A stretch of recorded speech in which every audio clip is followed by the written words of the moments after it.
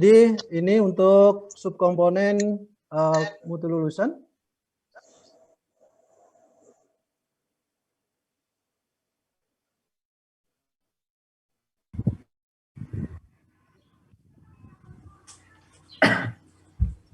Next kok enggak bisa ya? Enggak aktif pula. Itu langsung next. Next, Bu. Next. Oke ya. Oke, sekarang penggalian data komponen mutu lulusan ini Bapak Ibu, ada pengembangan karakter siswa. Di sini ada kegiatan yang bisa digali dengan melalui observasi, dokumen, dan wawancara. Ini untuk subkomponen dan indikator untuk komponen mutu lulusan butir 1, Bapak Ibu. Kemudian untuk butir 2, pengembangan karakter siswa dengan indikatornya menunjukkan perilaku religius. Ini akan digali dengan observasi, dokumen, wawancara, dan angket. Dan angket ini nanti untuk siswa ini Bapak Ibu.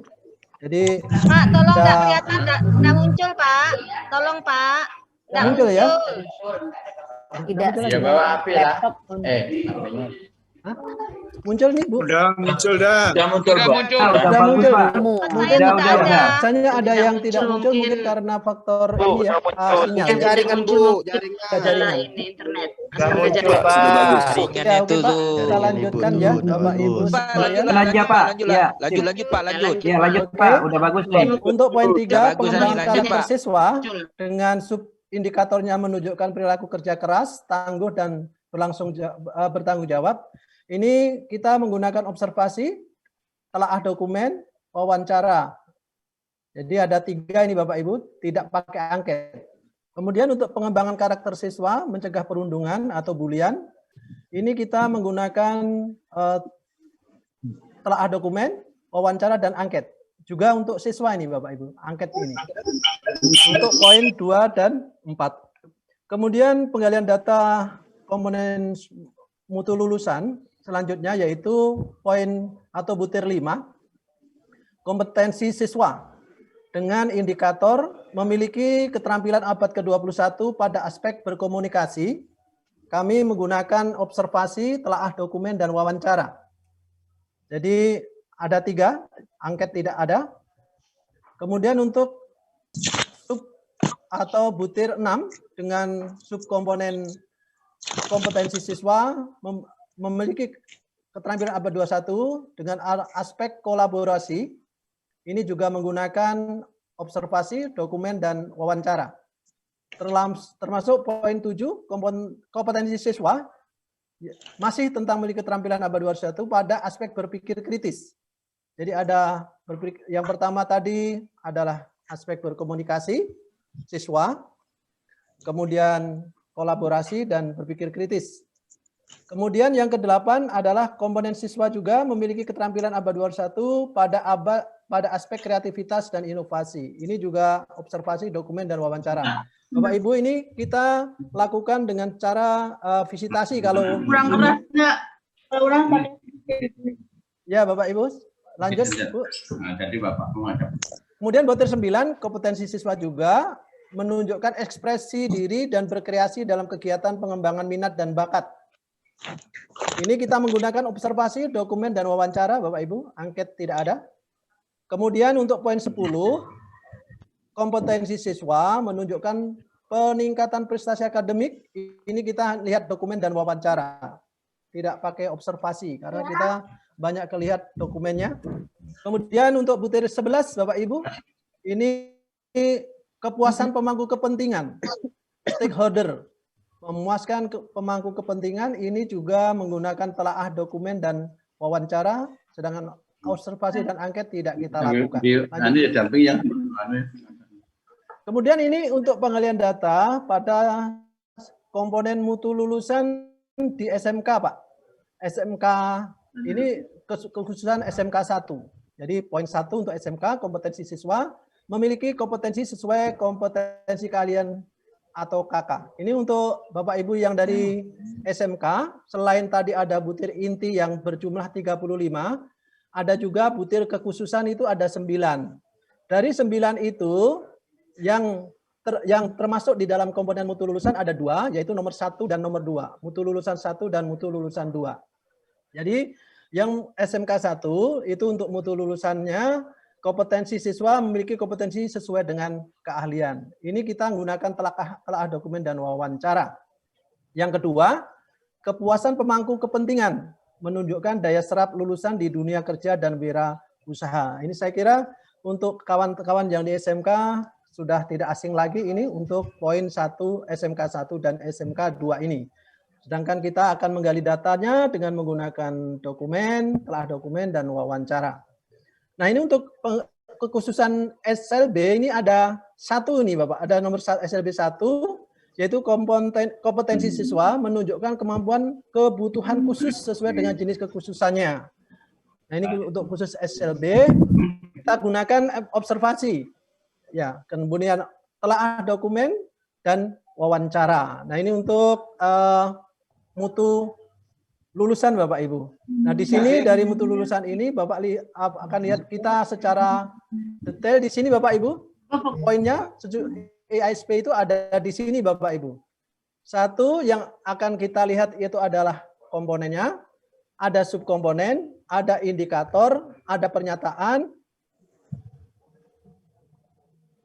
ada capaian kinerja, ada pembuktian kinerja, dan rangkuman hasil penilaian. Ini nanti akan ada di dalam perangkat atau dalam instrumen Bapak Ibu.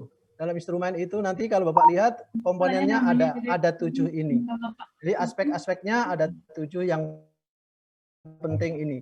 Ya, yang paling penting adalah pembuktian kinerja itu Bapak Ibu. Pembuktian kinerja itu yang nanti akan kita lihat ketika asesor itu visitasi ke sekolah atau di madrasah Bapak Ibu. Kita buat contoh 1 Pak. Silakan Bu. Nah ini Bapak Ibu. Ini butir 2, butir inti, butir 2. Komponennya ini mutu lulusan Bapak Ibu. Subkomponennya pengembangan karakter siswa. Indikatornya menunjukkan perilaku religius. Pernyataannya, siswa menunjukkan perilaku religius dengan pengamalannya dalam aktivitas sekolah atau madrasah.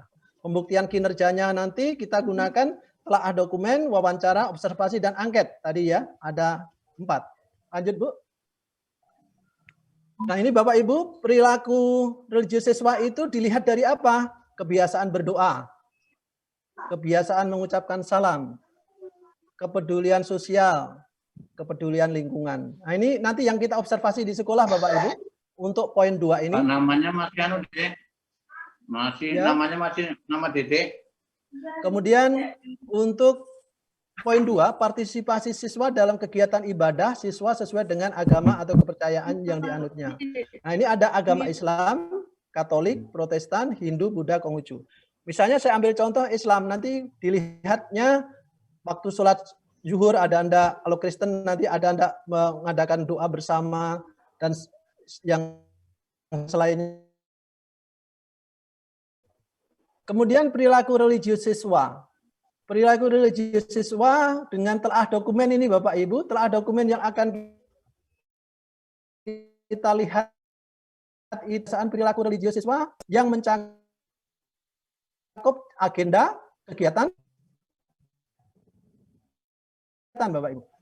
Jadi Bapak Ibu nanti untuk poin butir 2 ini telaah dokumen yang harus disiapkan oleh sekolah itu adalah agenda kegiatan. Ada enggak agenda kegiatannya?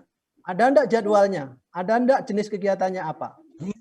Kemudian yang kedua, partisipasi siswa dalam kegiatan ibadah. Yang dilihat dokumennya nanti adalah catatan guru yang mencakup partisipasi siswa dan jenis kegiatan ibadah sesuai ajaran agama kepercayaan yang dianut. Kalau guru agama Islam ada enggak catatan-catatan kegiatan siswa? Kalau yang Katolik ada enggak catatan-catatan kegiatan siswa? Kalau yang Protestan ada enggak catatan-catatan kegiatan yang dimiliki oleh guru? Kalau ada, nah hasil telaahnya nanti pasti ya bagus, kan begitu Bapak Ibu? Kemudian untuk partisipasi siswa dalam kegiatan hari besar keagamaan dapat ditelaah dari laporan kegiatan peringatan hari besar. Ada enggak? Ada enggak dokumennya? Mencakup jenis kegiatan dan partisipasi partisipasi. Apakah ada dokumen fotonya, ada panitia kegiatannya, ada bukti laporan kegiatannya. Nanti akan kita lihat di sana, Bapak Ibu. Kemudian untuk aspek sikap toleransi kerukunan hidup antar pemeluk agama dan kepercayaan dapat dilihat dari dokumennya adalah catatan guru tentang sikap toleransi dan kelas itu misalnya toleransinya ada catatannya bagaimana, akan kita lihat dokumennya di sana. Kalau Bapak hasilnya baik. Lanjut, Bu. Nah, ini sekarang tabel kerja pengumpulan data hasil angket, ya. Bukan angket, ini wawancara ini kayaknya ya, wawancara ini, ya. Perilaku siswa religius ini wawancara ini, bukan angket ini Bapak Ibu. Siapa yang akan kita ya? Kalau ini angket berarti siswa saja nih Bapak Ibu. Untuk siswa saja ini. Untuk perilaku religius. Jadi angket itu hanya untuk siswa. Lanjut, Bu.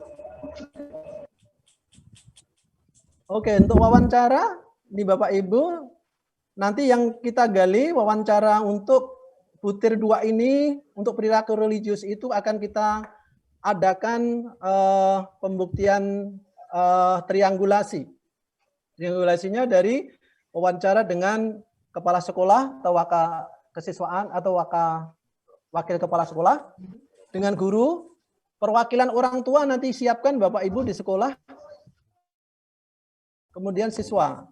Dan itu nanti Bapak Ibu siapkan apakah wawancara nanti mendukung dari telaah dokumen dan observasi, ya.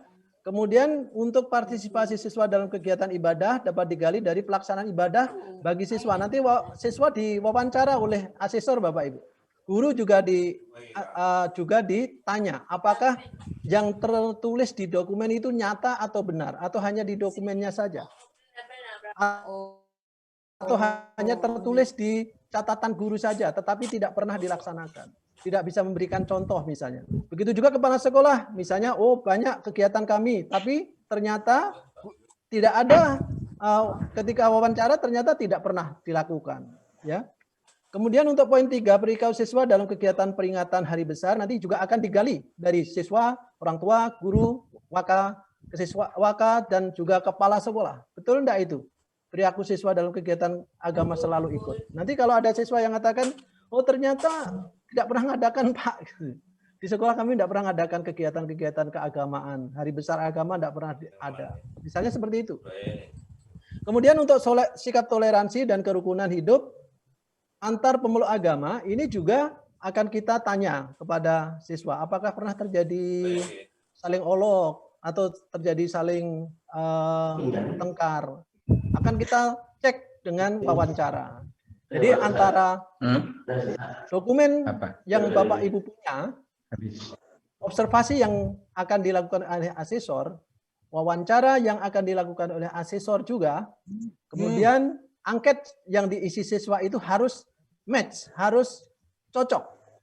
Kalau butir 2 ini mau dapat nilai maksimal, ya, nilai maksimal level kinerjanya misalnya minta 4, harus 4.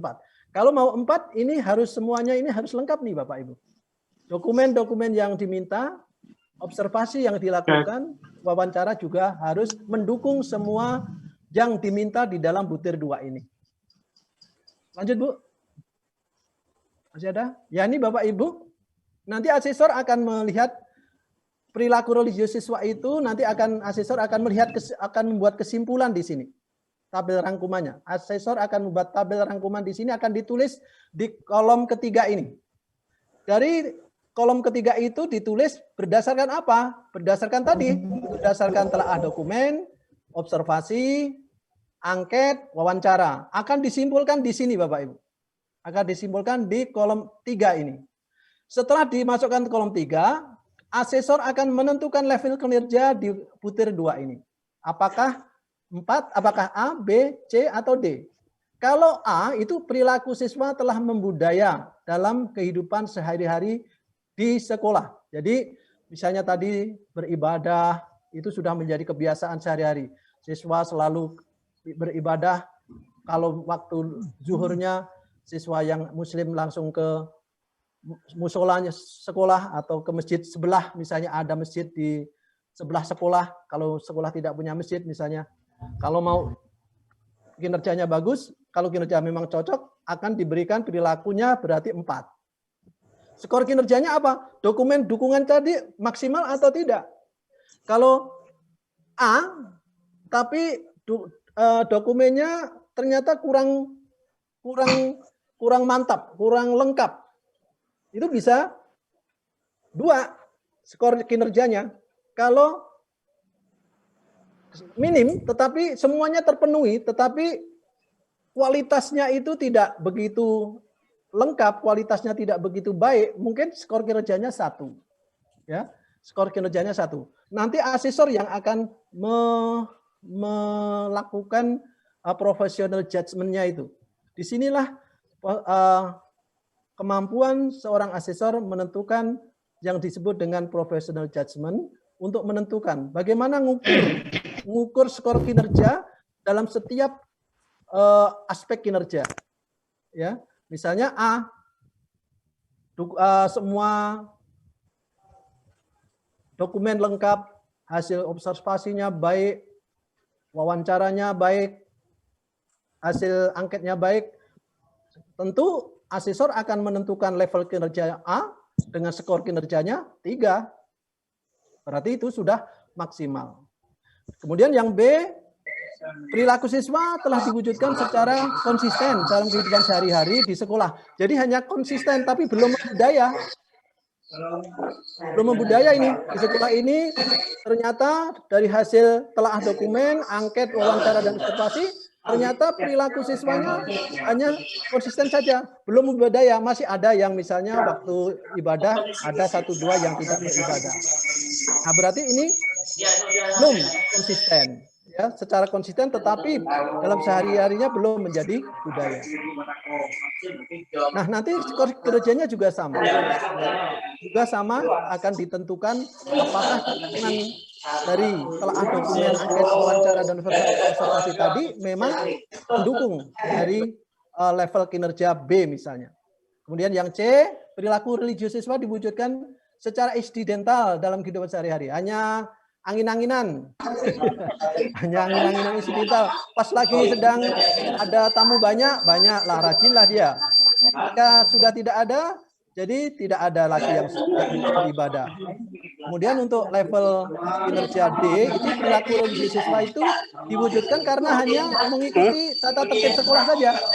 Misalnya tata tertib sekolah bagi anak yang tidak beribadah, maka diberikan sanksi membersihkan WC misalnya. Nah, itu berarti siswa melaksanakan kegiatan itu hanya Pak, karena soalnya takut. jelas Pak, mana mau dengar, mana mau yang piano kan Pak. Gimana Pak? Bapak tidak jelas Pak, tolong Pak. Jelas gimananya Tolong Pak? Bapak Ibu yang lain tolong perhatiannya. Apa itu? Tolong dinonaktifkan Pak, di silent, dimutkan itu ya. Dimutkan. Jadi kalau tidak dimutkan memang saya itu banyak sekali orang yang ngomong. Moderatornya tolong dikondisikan Pak. Moderatornya tolong dikondisikan. Pak Erik,